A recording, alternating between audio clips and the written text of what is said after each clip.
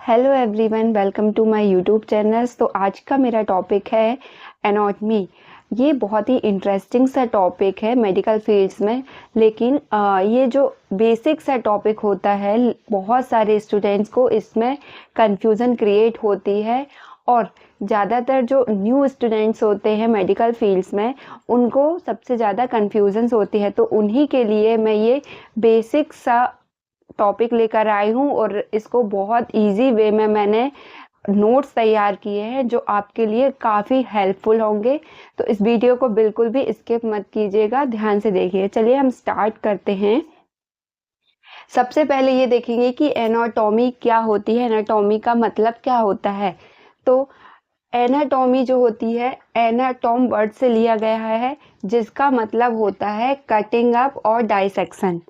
Cutting up और dissection, अगर किसी भी बॉडी को, है ना, किसी भी बॉडी के स्ट्रक्चर्स को डाइसेक्शन करके या कटिंग करके स्टडी करते हैं तो उसको हम कहते हैं एनाटॉमी। सो एनाटॉमी जो होती है, इसकी डेफिनेशंस क्या होती है, एक छोटी सी इसकी जो डेफिनेशंस है वो मैं यहाँ पे शेयर करूँगी। Structures of body parts and this relationship to one another. Body के किसी भी स्ट्रक्चर से, है ना, बॉडी का कोई भी स्ट्रक्चर हो, उसका एक दूसरे से रिलेशन, एक दूसरे से संबंध जुड़ना, है ना, उसको हम कहते हैं एनाटॉमी। तो इसमें हम स्टडी करते हैं बॉडी के स्ट्रक्चर्स की और विथ कटिंग या डाइसेक्शन।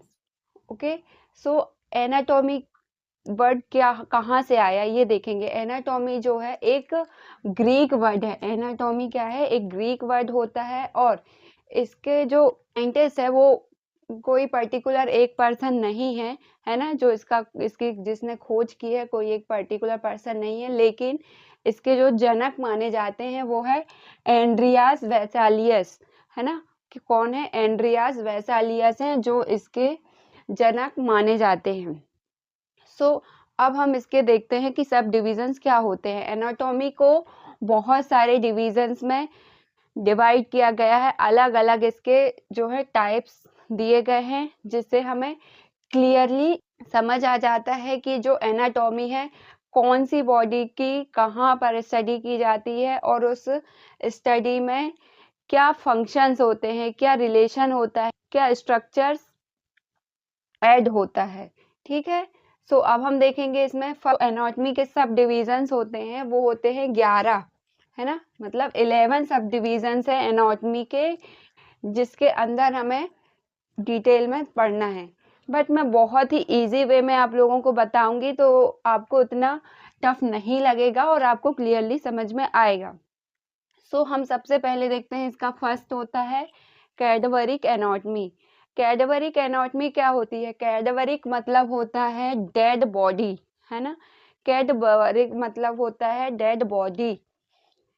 तो इससे हमें समझ में ही आ रहा है क्लियरली कि हम इसमें किसकी स्टडी करेंगे, स्टडी विथ प्रिजर्व बॉडी, है ना। प्रिजर्व बॉडी जो होती है मेडिकल्स में, जो प्रिजर्व बॉडी होती है उसकी हम स्टडी करते हैं कैडवरिक एनाटॉमी के अंदर, है ना। इसके दो टाइप्स होते हैं।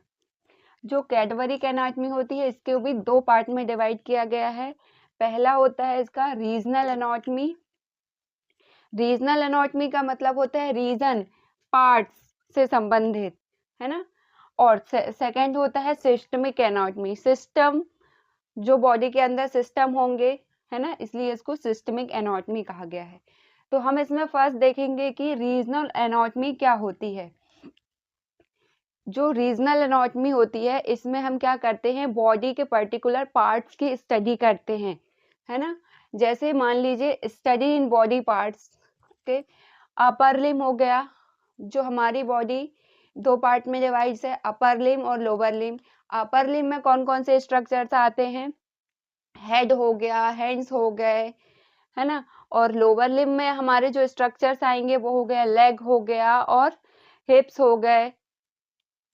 सो अगर हम बात करें कि अपर लिम और लोअर लिम दोनों रीजनल एनाटॉमी के अंदर आते हैं, तो अपर लिम में जो भी स्ट्रक्चर होंगे और लोअर लिम में जो भी स्ट्रक्चर्स प्रेजेंट होंगे बॉडी के, ये दोनों ही रीजनल एनाटॉमी के अंदर आएंगे। सो अपर लिम और लोअर लिम के साथ क्या होता है, थोरैक्स होगा, है ना, थोरैक्स मीन चेस्ट, हेड होगा हमारा, नेक होगा एंड एब्डोमेन होगा एंड ब्रेन। ब्रेन जो होता है हमारे हेड में आ जाता है एंड एब्डोमेन हो गया, बैक हो गया, एटसेट्रा।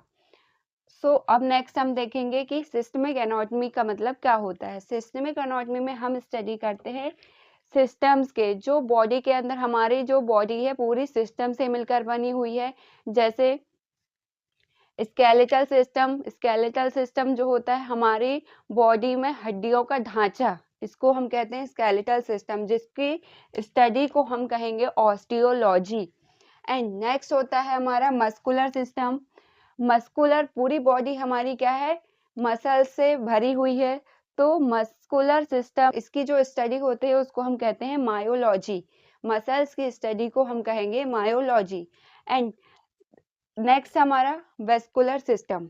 वेस्कुलर सिस्टम से बॉडी के अंदर जितनी भी वेन्स होंगी, है ना, जितनी भी वेसल्स होंगी, आर्टरी, वेन, सारी उसकी स्टडी करेंगे तो हम उसको कहेंगे एंजियोलॉजी। वेस्कुलर सिस्टम्स की स्टडी को एंजियोलॉजी कहते हैं। ऐसे बहुत सारे सिस्टम्स हैं हमारी बॉडी में जिसकी स्टडी करेंगे हम सिस्टमिक एनाटॉमी के अंदर। सो एक हो जाता है सीवीएस हो जाता है, एंडोक्राइन सिस्टम हो जाता है और रिस्पायरेटरी सिस्टम्स हो जाता है ना। सेकेंड होता है लिविंग एनाटॉमी। लिविंग एनाटॉमी में हम किसी जीव की स्टडी करते हैं, है ना, इसमें किसी जीव की स्टडी की जाती है। वो जीव एनिमल्स हो सकता है या फिर ह्यूमन बॉडी हो सकती है। सो इसकी स्टडी कैसे करते हैं, स्टडी इन इंस्पेक्शन के थ्रू स्टडी कर सकते हैं। इंस्पेक्शन का मतलब होता है जांच या निरीक्षण। पैल्पेशन के थ्रू कर सकते हैं, उसको छूकर या देखकर। परकशन, परकशन का मतलब होता है ठोक कर, किसी पर्टिकुलर स्पेस को या उस पॉइंट को ठोक कर हम देख सकते हैं। एंड नेक्स्ट होता है ऑस्कल्टेशन। ऑस्कल्टेशन मतलब होता है सुनना, सुनकर। एंड नेक्स्ट है एंडोस्कोपी। एंडोस्कोपी एक ऐसा इंस्ट्रूमेंट होता है जिससे जो बॉडी के अंदर या फिर माउथ के अंदर कभी अल्सर वगैरह हो जाते हैं तो उस चीज को देखने के लिए एंडोस्कोपी का यूज किया जाता है। एंडोस्कोपी एक ट्यूब लाइक स्ट्रक्चर्स होता है जिसके एक साइड पर कैमरा और लाइट दोनों फिट होते हैं और उसको माउथ के अंदर इंसर्ट करते हैं, जिससे हमें एक इमेज शो होती है कंप्यूटर्स में, है ना। इससे पता लगाया जा सकता है कि जो अंदर छाला है या किसी प्रकार का कोई पस तो नहीं निकल रहा है, वो देख सकते हैं। And bronchoscopy and gastroscopy. Bronchoscopy और गैस्ट्रोस्कोपी जो होते हैं वो भी एंडोस्कोपी लाइक ही होते हैं। ब्रोंकोस्कोपी का यूज हम लंग्स के लिए करते हैं और गैस्ट्रोस्कोपी का यूज हम गैस्ट्रिक के लिए करते हैं। एंड नेक्स्ट होता है रेडियोग्राफी। रेडियोग्राफी में एक्सरे किया जाता है, वो किसी बोन्स का कर सकते हैं, है ना। एंड सीटी स्कैन्स के थ्रू भी हम ऑर्गन्स को चेक कर सकते हैं। एंड नेक्स्ट होता है इलेक्ट्रोमायोग्राफी। इलेक्ट्रोमायोग्राफी का यूज मसल्स में नर्व सप्लाई को देखने के लिए किया जाता है कि अगर किसी मसल्स में कोई नर्व सप्लाई है और उसमें कोई डिस्टर्बेंस आ गया है नर्व में, तो उसको चेक करने के लिए इलेक्ट्रोमायोग्राफी का यूज किया जाता है। एंड नेक्स्ट होता है एम्ब्रियोलॉजी। एम्ब्रियोलॉजी को डेवलपमेंटल एनाटॉमी भी कहा जाता है। इसमें क्या होता है, study of prenatal developmental changes in a individuals. Embryology में जो भ्रूण होता है उसका फर्टिलाइजेशन से लेकर इन्फेंट्स तक जो भी चेंजेस देखने को मिलते हैं, पर्टिकुलर कोई भी चेंजेस हो सकते हैं, बहुत सारे भ्रूण में चेंजेस होते हैं 9 मंथ के दौरान। सो उसमें जो भी चेंजेस देखने को मिलेंगे उसको हम डेवलपमेंटल एनाटॉमी के अंदर स्टडी करते हैं। फोर्थ होता है सरफेस एनाटॉमी।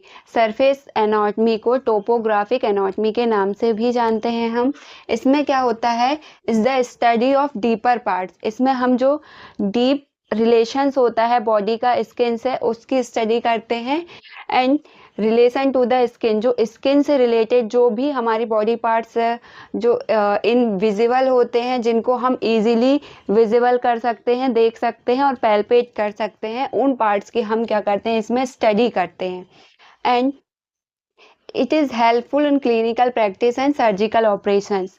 जब ऐसे किसी थिन पर्सन को हम लेते हैं और उसकी बॉडी की स्टडी करते हैं, तो उसमें जो इस बॉडी के स्ट्रक्चर्स होंगे, मान लीजिए मसल्स हो गई, बोन्स हो गई और कोई भी कैविटी हो गई बॉडी के अंदर, वो हम इजीली उस पर पैल्पेट कर सकते हैं और इंस्पेक्शन कर सकते हैं उसकी बॉडी का, जो कि हमारी क्लिनिकल प्रैक्टिस और ऑपरेशन के लिए हेल्पफुल होती है।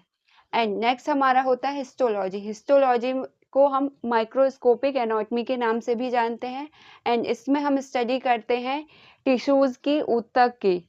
इसमें क्या होता है कि study of structure with the aid of microscope. इसमें माइक्रोस्कोप के थ्रू हम छोटे छोटे टिश्यूज़ की स्टडी करते हैं, उनको देखते हैं। इसमें हम माइक्रोस्कोप की हेल्प से स्टडी करते हैं। चलिए नेक्स्ट हम इसमें 6 नंबर पे देखेंगे रेडियोग्राफिक एनाटॉमी। रेडियोग्राफिक एनाटॉमी को हम इमेजिंग एनाटॉमी के नाम से भी जानते हैं।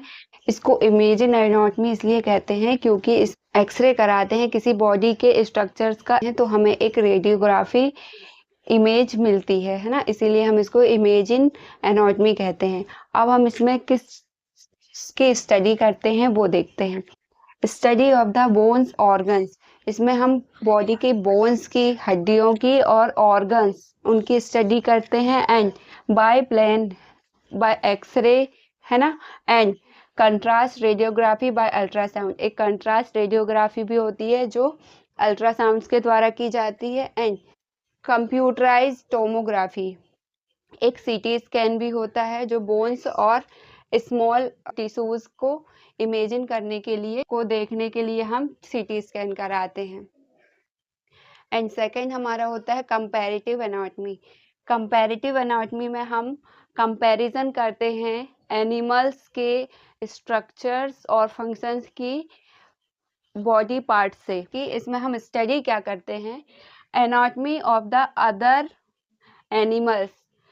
इस कंपैरेटिव एनाटॉमी में हम किसी अदर एनिमल्स, किसी दूसरे एनिमल्स की स्टडी करते हैं और उसके एक्सप्लेन करते हैं, उसके जो भी चेंजेस होते हैं उसमें, है ना, किसी भी फॉर्म में चेंजेस हो सकते हैं, उसके बॉडी के स्ट्रक्चर में चेंजेस हो सकते हैं, उसके फंक्शंस में चेंजेस हो सकता है बॉडी के, जिसको फंक्शंस और स्ट्रक्चर्स के जो चेंजेस होंगे, है ना, उसको हम कहते हैं मोर्फोलॉजी। फंक्शन और स्ट्रक्चर की स्टडी जो होती है उसको कहते हैं मोर्फोलॉजी, है ना। तो उनका जो डिफरेंस होता है, उसके जो डिफरेंस होते हैं, पार्ट्स के जो डिफरेंस होते हैं, वो हम ह्यूमन बॉडी से कंपैरिजन करते हैं और डिफरेंस जो भी हमें चेंजेस मिलते हैं वो देखते हैं। ये नेक्स्ट हमारा होता है फिजिकल एंथ्रोपोलॉजी। जो फिजिकल एंथ्रोपोलॉजी है इसको बायोलॉजिकल आर्थोपोलॉजी भी कहते हैं। अब इसमें हम क्या स्टडी करते हैं, बायोलॉजिकल आर्थोपोलॉजी में क्या स्टडी की जाती है वो देखते हैं। Study of evolutionary and biological aspect of human beings. जो ह्यूमंस होते हैं उसके जो बायोलॉजिकल और इवोल्यूशनरी स्टडी की गई है। इसमें इवोल्यूशनरी मतलब इसका जो क्रमिक विकास हुआ है वो किस हद तक विकास हुआ है, और इसमें जो बायोलॉजिकल चेंजेस क्या क्या देखने को मिले हैं उसकी हम स्टडी करते हैं। And their extinct hominin ancestor. जब पहले इनके जो पूर्वज थे, ह्यूमंस के जो पूर्वज थे, उनकी बॉडी कैसी थी, है ना, उसमें क्या क्या जो and their extinct hominin ancestor.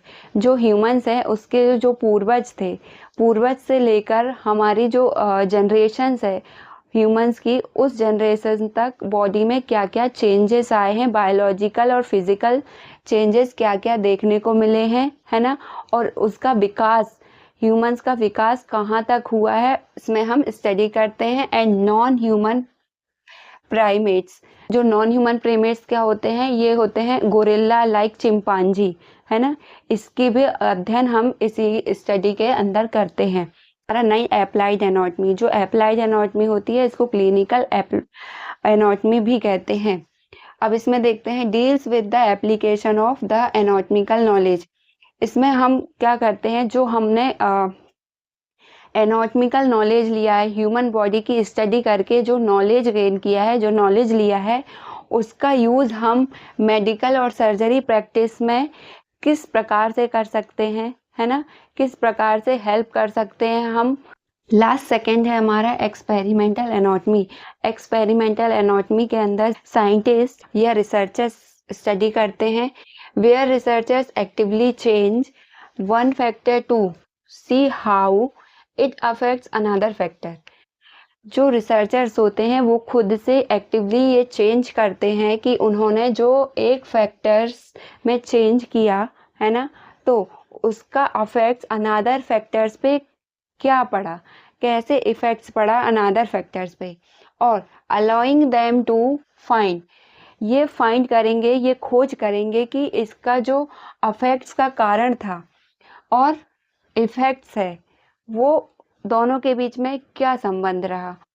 अगर उन्होंने एक फैक्टर्स में जो चेंजेस किए तो उसका जो चेंजेस का प्रभाव था, अफेक्ट था, दूसरे चेंज फैक्टर पर पड़ा, लेकिन इसमें वही स्टडी करेंगे कि इसके कारण जो अफेक्ट पड़ा है वो किस चीज़ के कारण पड़ा है और ये रिलेशनशिप दोनों के बीच में क्या थी, है ना, ये हम इसमें स्टडी करेंगे। और सीधी आसान भाषा में अगर इसमें मैं बताऊं तो इसमें ये होता है कि जो एक्सपेरिमेंटल एनाटॉमी होती है इसके अंदर हम एक चीज़ पे पहले प्रैक्टिस करते हैं, उसका प्रयोग करेंगे, उसके बाद हम ये फाइंड करते हैं कि हाँ ये चीज़ सही है या फिर इसमें कुछ प्रॉब्लम है या फिर इसमें कुछ दिक्कत है ना।